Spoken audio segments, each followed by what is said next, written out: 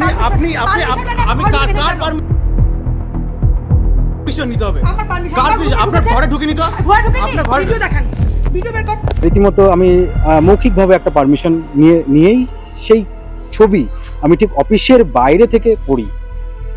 হঠাৎ করে দেখলাম আমার উপর চড়াও হলেন। কি চড়াও হলে তিনি হঠাৎ করে বললেন যে তোর ছবি করা হয়ে গেছে, এবার যা।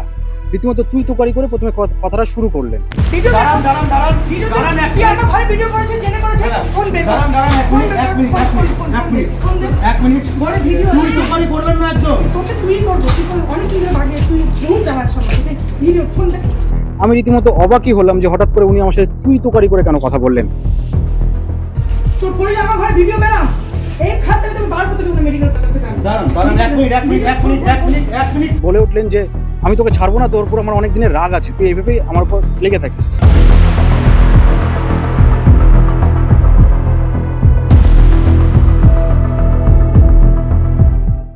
আবারও প্রশ্নের মুখে সংবাদ মাধ্যমের স্বাধীনতা। গণতন্ত্রের চতুর্থ স্তম্ভের ওপর হামলার অভিযোগে চাঞ্চল্য রায়গঞ্জে। সরকারি দায়িত্ব পালনের খবর সংগ্রহ করতে গিয়ে হেনস্থা, মারধর, গালিগালাজ এবং হুমকির শিকার হলেন আরসিটিভি সংবাদের প্রতিনিধি সুনীতেন্দ্র রায় ওরফে সুমন। বৃহস্পতিবার ঘটনাটি ঘটেছে রায়গঞ্জ মেডিকেল কলেজ ও হাসপাতালে।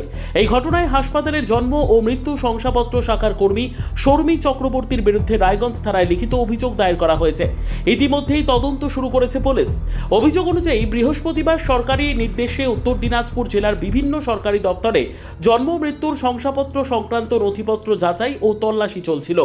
একইভাবে রায়গঞ্জ মেডিকেল কলেজ ও হাসপাতালের জন্ম মৃত্যু শংসাপত্র শাখাতেও অভিযান চালায় পুলিশ প্রশাসন। সেই প্রশাসনিক কর্মকাণ্ডের সংবাদ সংগ্রহের উদ্দেশ্যে নির্ধারিত নিয়ম মেনে রায়গঞ্জ মেডিকেল কলেজ ও হাসপাতালে যান আরসিটিভির প্রতিনিধি সুনীতেন্দ্র রায়। সংবাদ সংগ্রহ চলাকালীন আচমকায় উত্তেজিত হয়ে পড়েন হাসপাতালের কর্মী শর্মী চক্রবর্তী। মেজাজ হারিয়ে তিনি সাংবাদিকের ওপর চড়াও হন, মারধর করেন, অশ্রাব্য ভাষায় গালিগালাজ করেন, তুই বলে অপমানজনক সম্বোধন করেন এবং তার মোবাইল ফোন কেড়ে নেওয়ার চেষ্টা করেন। শুধু তাই নয়, হাসপাতাল চত্বর থেকে বের হতে বাধা দেওয়ার হুমকি দেওয়া হয় বলে অভিযোগ। আমি একটা খবর পাই, যেটা হচ্ছে ঠিক 12টা 40 নাগাদ রায়গঞ্জ মেডিকেল কলেজের যে সেকশন রয়েছে, মানে যেখানে জন্ম এবং মৃত্যু সার্টিফিকেট দেওয়া হয়, সেই সেকশনে পুলিশের তরফ থেকে একটা কোনো রকম তারা রেকর্ড নিচ্ছেন এবং সেটা আমি আসি এখানে সেই খবর সংগ্রহ করতে সেই অফিসের দপ্তরের সামনে। এবং রীতিমতো আমি মৌখিকভাবে একটা পারমিশন নিয়েই সেই ছবি আমি ঠিক অফিসের বাইরে থেকে করি। এবং ঠিক সেই অফিসের যিনি আধিকারিক কিংবা যিনি কর্মী ছিলেন বলা যেতে পারে, সেই কর্মী, আমার ছবি কমপ্লিট হয়ে গিয়েছে, যখন আমি বেরোয় যাব তখন হঠাৎ করে সেই কর্মী, নাম হচ্ছে শর্মী চক্রবর্তী ওনার নাম, উনি হঠাৎ করে দেখলাম আমার উপর চড়াও হলেন। কি চড়াও হলে তিনি হঠাৎ করে বললেন যে তোর ছবি করা হয়ে গেছে, এবার যা। রীতিমতো তুই তোকারি করে প্রথমে কথাটা শুরু করলেন। আমি রীতিমতো অবাকই হলাম যে হঠাৎ করে উনি আমার সাথে তুই তোকারি করে কেন কথা বললেন। তারপর আমি জানতে চাই যে মানে বুঝতে পারলাম না আপনি এরকম করে কথা বলছেন কেন। তখনই হঠাৎ করে উনি আমার মানে বলে উঠলেন যে আমি তোকে ছাড়বো না, তোর উপর আমার অনেক দিনের রাগ আছে, তুই এইভাবেই আমার উপর লেগে থাকিস।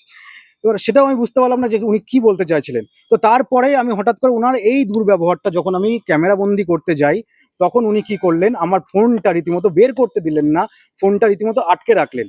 এবং তারপর যখন আমি সেই রেকর্ড করতে যাই, উনি বারংবার আমাকে ঘিরে রেখে দিয়ে বলতে থাকলেন যে আমি মেডিকেল কলেজ থেকে তোকে বেরোতে দেবো না, তুই এখানেই দাঁড়া। রীতিমতো তিনি ধাক্কাধাক্কি শুরু করলেন আমাকে। মহিলা হওয়ার সুবিধা নেওয়া একদমই তাই, তার কারণ ওখানে সিসি ক্যামেরা রয়েছে, যদি সিসি ক্যামেরাটা খোলা যায় সেটা পরিষ্কার দেখা যাবে যিনি উনি কিভাবে আমাকে হ্যাকেল করেছেন।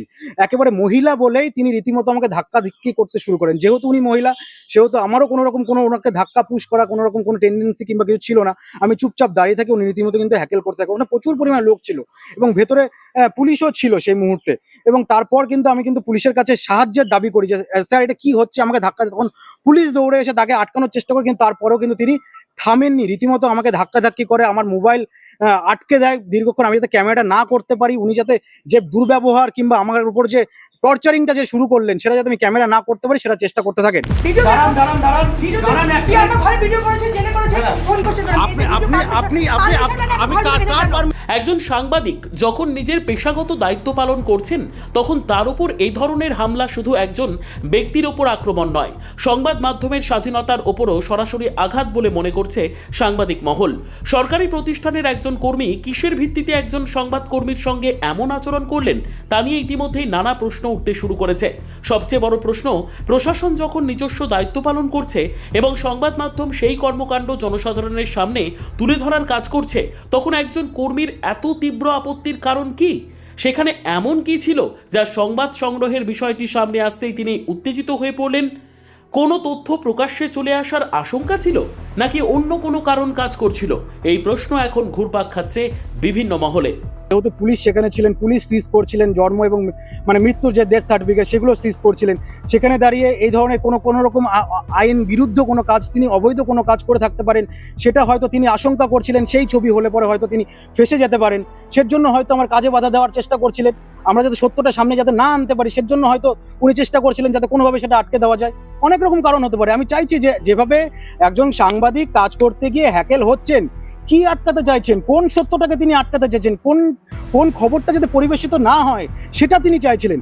এইটার কিন্তু তদন্ত হওয়া উচিত। আমি চাইবো যে পুলিশ তো তদন্ত করুক, তার তদন্ত করুকই, পাশাপাশি আমার যারা সহকর্মীরা রয়েছেন, যারা সাংবাদিকরা পেশায় যারা রয়েছেন, তারাও এটা তদন্ত করুক, তারা এই খবরটা আরো বেশি করে তুলে ধরুক। ঘটনার পরিপ্রেক্ষিতে আরসিটিভি সংবাদের প্রতিনিধি সুনীতেন্দ্র রায় রায়গঞ্জ থানার দ্বারস্থ হয়েছেন। অভিযোগের ভিত্তিতে পুলিশ তদন্ত শুরু করেছে। এখন দেখার বিষয় তদন্তে কি তথ্য উঠে আসে এবং অভিযুক্তের বিরুদ্ধে আইনানুগ ব্যবস্থা গ্রহণ করা হয় কিনা। এই ঘটনায় তীব্র ক্ষোভ প্রকাশ করেছে উত্তর দিনাজপুর প্রেস ক্লাব। প্রেস ক্লাবের পক্ষ থেকে রায়গঞ্জ মেডিকেল কলেজ ও হাসপাতালের এমএসভিপির কাছে লিখিতভাবে ঘটনার নিরপেক্ষ তদন্ত এবং অভিযুক্ত কর্মীর বিরুদ্ধে উপযুক্ত প্রশাসনিক ব্যবস্থা গ্রহণের দাবি জানানো হয়েছে। সাংবাদিকদের নিরাপত্তা নিশ্চিত করার বিষয়েও জোর দেওয়া হয়েছে। সাংবাদিক নিগ্রহের এই ঘটনার তীব্র নিন্দা জানিয়েছেন বিজেপির জেলা সভাপতি নিমাই কবিরাজ। শুনবো তার প্রতিক্রিয়া। দেখুন, এই বিষয়ে আমার যেটা বক্তব্য, সাংবাদিক নিগ্রহ এটা কখনোই ভারতীয় জনতা পার্টি মেনে নেয় না বা পছন্দ করে না।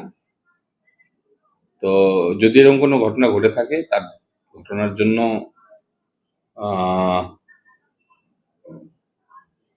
প্রশাসনিকভাবে যা ব্যবস্থা হবে তাতে আমাদের কোনো আপত্তি নেই।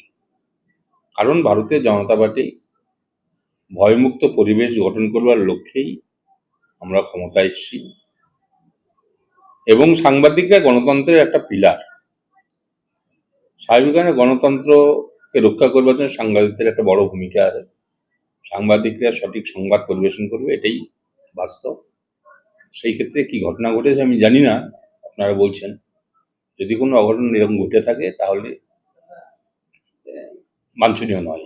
তবে অভিযোগের বিষয়ে হাসপাতালের এমএসভিপির প্রতিক্রিয়া জানতে চাওয়া হলে তিনি কোনো মন্তব্য করতে চাননি। এই ঘটনার পর ফের সামনে এসেছে এক গুরুত্বপূর্ণ প্রশ্ন, সংবাদ সংগ্রহ করতে গিয়ে সাংবাদিকরা কতটা নিরাপদ? সরকারি দপ্তরে দায়িত্ব পালন করতে গিয়ে যদি সংবাদকর্মীদের ওপর হামলা, হুমকি ও হেনস্থার অভিযোগ ওঠে, তবে তা শুধু একটি বিচ্ছিন্ন ঘটনা নয়, গণতান্ত্রিক মূল্যবোধের জন্যও উদ্বেগের বিষয়। আরসিটিভি সংবাদ, রায়গঞ্জ।